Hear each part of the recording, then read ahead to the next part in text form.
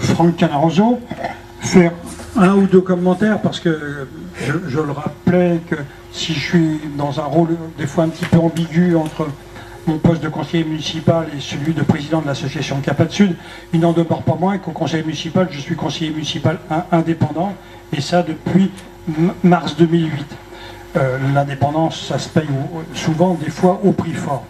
Pour le petit salut de Philippe Dallier, le fait est que nous l'avions invité, mais au titre, non pas du maire de Pavillon-sous-Bois qu'il est, mais au titre de sénateur. C'est-à-dire en tant que sénateur, pour le rappeler, c'est encore un tout petit peu de pédagogie, c'est que sa circonscription, c'est toute la Seine-Saint-Denis. Chaque sénateur est élu sur une liste électorale qui est départementale et par voie de conséquence, dans sa fonction de s'intéresser au territoire, eh bien, il a à regarder ce qu'il se passe, même dans la ville d'à côté, dont il est forcément quelque part le sénateur. Alors c'est vrai que le sénateur, le député, il a une circonscription, le sénateur, il a un département, le sénateur que l'on veut voir, on ne sait pas où vraiment il tient une permanence. Est-ce que Philippe Dallier tient une permanence en tant que sénateur Aulnay? Quelque part, je vais dire, j'en doute. Comment il est possible de voir d'autres sénateurs sur Aulnay? Je ne sais pas bien comment nous pourrions faire. Si donc j'ai fait cette démarche-là, et je l'ai faite bien sûr en direction des 6 sénateurs de notre département, c'est aussi pour titiller des gens avec lesquels j'avais jusqu'à-là encore une relation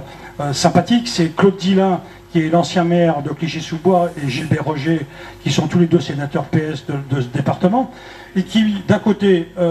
avaient été invités ici par nos soins une semaine avant les élections sénatoriales, ne serait-ce que pour, là-haut, ils nous disent à quoi sert le Sénat, à quoi sert un sénateur, et ce qu'ils prétendaient pouvoir faire à destination de la population de la Seine-Saint-Denis. Certains sont venus, et si je ne l'ai pas dit une fois, mais je leur dis au moins une deuxième fois, eh bien Claude Dillin m'a appelé dans l'après-midi pour me dire que Gérard Ségura ne voulait pas qu'il se rende à une réunion organisée par Alain Boulanger. C'était un diktat fort. Impossibilité d'avoir le candidat Claude Dillin sur cette ville d'Aulnay-sous-Bois, parce que, à la limite, s'il a à répondre à une invitation sur cette ville, ce qu'il a fait d'ailleurs quelques mois plus tard, devenu député, c'était au New Resto pour parler de la réforme territoriale et de la métropole d'Île-de-France. On a rééchangé sur le sujet et m'a reconfirmé ce qu'était la position de Ségura par rapport à cela. Et si aussi je refais allusion à Claude Dillin et à Gilbert Roger, c'est qu'ils ont fait un compte-rendu de mandat il y a quelque temps et je suis allé les interpeller pour un sujet qui nous préoccupe. J'ai été leur demander comment ils pourraient faire pour nous, pour intervenir, comme ils sont conseillers généraux par ailleurs, auprès du président du Conseil général, pour que les élus, les grands élus de la Seine-Saint-Denis, prennent une position sur des grands projets urbanistiques qu'il y a en périphérie de notre département. Et là, je fais bien sûr allusion à Europa City, ce centre de demain qui risque, avec ses 500 boutiques en lisière d'Aulnay, c'est-à-dire juste derrière PSA, d'avoir un impact de premier ordre, au sens négatif du terme, sur tout le commerce de la Seine-Saint-Denis, et qui risque de, pour nous, pour l'analyse que nous faisons, de transformer nos villes en villes dortoirs. Donc aujourd'hui, eh bien, nous sommes à constater que tous les élus du 95, tous les grands élus du 95 ont pris une position, alors que la plupart des élus du 93 n'en ont pas pris. Alors, exception à la règle, à ce que je dis, qui n'est pas totale, eh bien, Aline Archambault, sénatrice de la Seine-Saint-Denis, a pris fait et cause contre ce projet. Et puis, je pourrais citer Jean-François Bayon, conseiller général auprès du groupe de la majorité dans ce département, qui était en situation d'obtenir de Stéphane Troussel à ce que non seulement nous soyons écoutés, que nous puissions vérifier qu'effectivement quelle connaissance il avait de ce projet, qui sera un projet qui sera sur le Val d'Oise, pour savoir un petit peu quel est le positionnement de l'élu, du grand élu qu'il est devenu après le départ de Claude Barthelin à l'Assemblée nationale. Donc là, vraiment, il y a un trou dans la raquette, on cherche à solliciter tout le monde. Et dans le mail que j'ai envoyé à tous les sénateurs, je l'ai transmis aussi à tous les présidents de groupe, des groupes constitués au Conseil général, de façon à entendre de leur part la lecture qu'ils font de ce projet dont je vous parle, et de savoir quelle est leur position par rapport aux élus du 95. Et ça, je continue à le réaffirmer, et je le dis d'autant plus à Jacques Chaussat, que quand nous étions à solliciter les groupes, il était à cette époque encore président du groupe UDI au Conseil général. Donc ceci est dit. Petit commentaire aussi sur ce qui a été puisque même s'il faut quelque part des fois rappeler un peu ce qu'ont été les choses de la démocratie participative sur cette ville,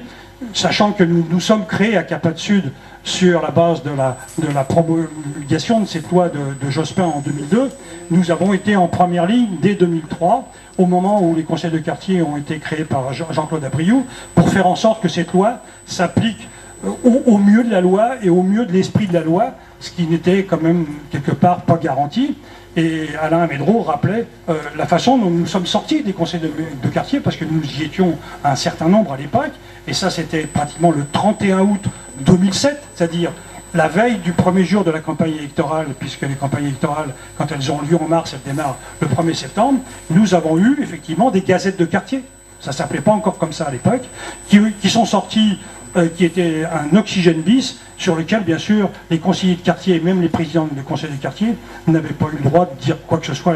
sur le document. Et en fait, quand on voit la démocratie participative appliquée comme cela, eh bien, quelque part, on en sort. Aujourd'hui, on ne parle plus de l'ancienne municipalité, on parle de la nouvelle. On essaye d'imaginer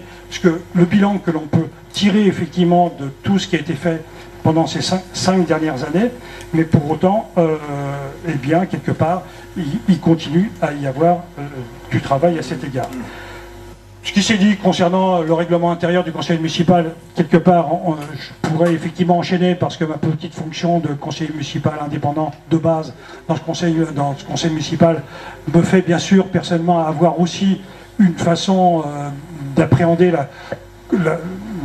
façon dont on est traité dans ce conseil municipal. Et c'est pour ça que je voulais quelque part faire la liaison entre une démocratie représentative qui ne peut pas vous amener à vous contenter de ce qu'est une élection et les gens que vous avez élus se retrouvent à être en situation d'accomplir un mandat sans que vous soyez en situation de leur demander des comptes, d'autant que dans les promesses électorales, on peut dire que loin s'en faut, tout n'est pas contenu dans ce que peut être un programme électoral, et que ce que vous avez envie de demander se doit à un moment et en cours de route d'être réexprimé de façon la plus, je veux dire, je ne vais pas dire échangiste parce que ça peut être une prise en mauvaise part, donc mon terme il n'est pas approprié, mais où l'échange se fasse le mieux qu'on peut. Je vois quand même l'heure passer et certaines personnes m'ont indiqué qu'elles partiraient, je ne voudrais pas qu'elles passent au travers de ce qui est